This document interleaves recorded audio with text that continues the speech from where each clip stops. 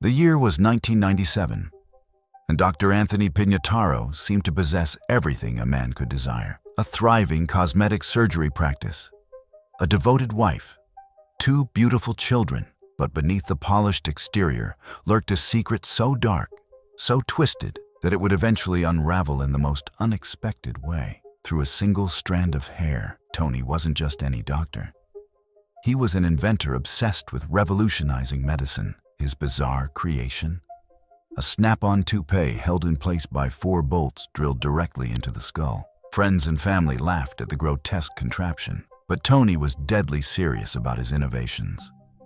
Nothing would prepare the world for what came next. On a seemingly ordinary day, 26-year-old Sarah Smith walked into Tony's office for breast augmentation surgery. Young, vibrant, a mother of 2 with her whole life stretching ahead like an unwritten novel. She had no idea she was about to become the victim of a man's dangerous ambition. Tony had no anesthesiologist present, no registered nurse, just his wife and a practical nurse, hardly the medical team required for such a procedure. When Sarah began experiencing excruciating pain during surgery, Tony made a fatal decision.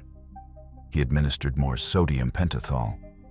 Within moments, Sarah's system began shutting down like a machine losing power. She couldn't breathe.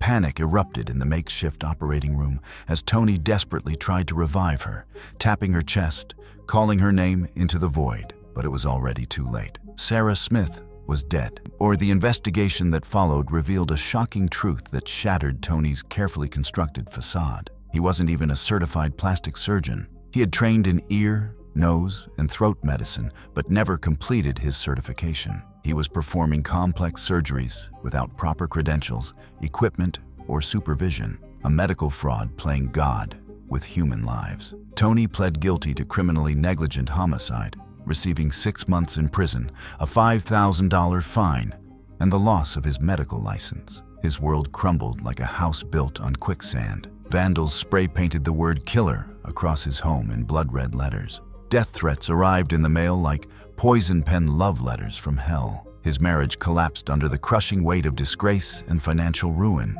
Everything he had built turned to ash in his hands. But the Pignataros eventually reconciled, supported by Tony's wealthy mother who believed in second chances. They thought the worst was behind them, that redemption was possible. They were catastrophically wrong. Months after their reconciliation, Debbie Pignataro began experiencing symptoms that defied medical explanation. Nausea that twisted her stomach into knots. Vomiting that left her weak and hollow. Weakness so severe she could barely walk across a room. Her legs went numb as if disconnected from her brain. Her hands lost their feeling, becoming foreign objects attached to her wrists. Doctors were completely baffled by this medical mystery that seemed to emerge from nowhere. One diagnosed myelodysplastic syndrome. Another suggested Guillain-Barré syndrome.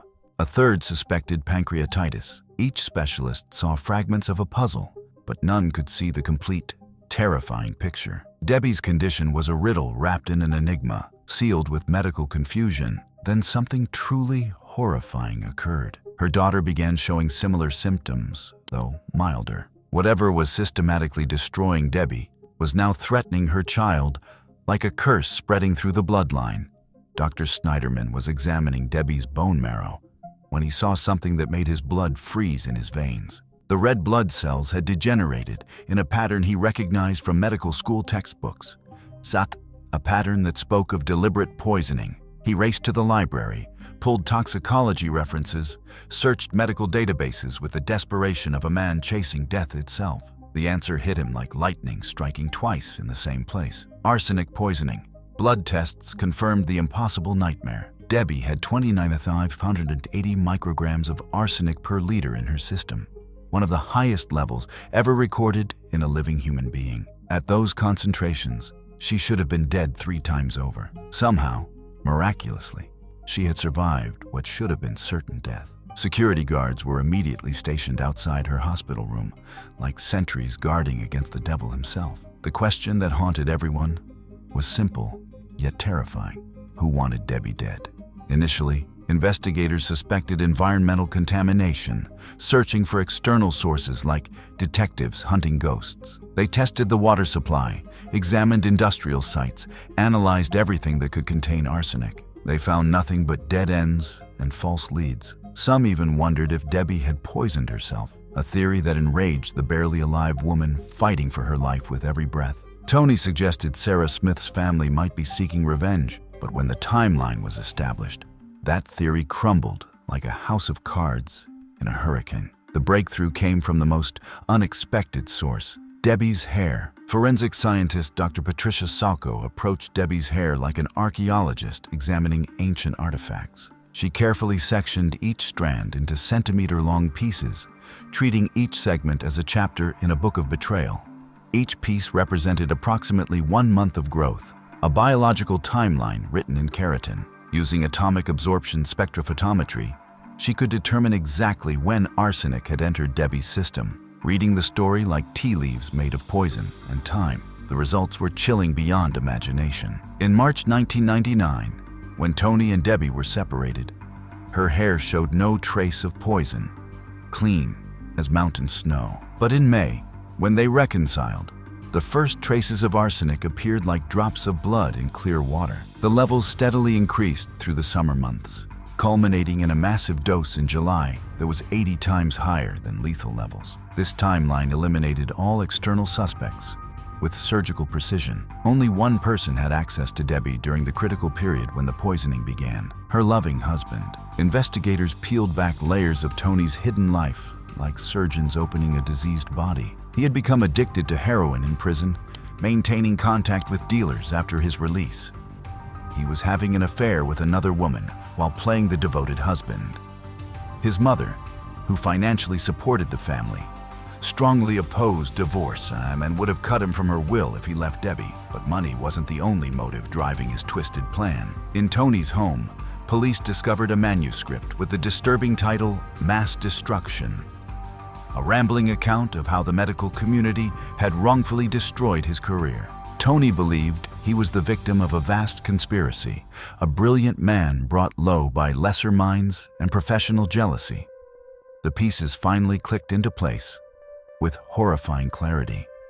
Tony's plan was masterfully evil in its complexity, a symphony of betrayal orchestrated over months. He would slowly poison Debbie, causing gastric symptoms that would require gallbladder surgery. In her weakened state, she wouldn't survive the operation. Tony could then argue, as he had with Sarah Smith, that people occasionally die during surgery, that he wasn't uniquely responsible for Sarah's death. In Tony's twisted mind, Debbie's death would vindicate him and restore his medical reputation. But Tony had made one critical miscalculation. By giving Debbie smaller doses initially, her body had developed a tolerance to arsenic. When he administered what should have been a lethal dose, she survived like a phoenix refusing to burn. When confronted with the hair analysis evidence, Tony's carefully constructed facade finally crumbled like a dam bursting under pressure.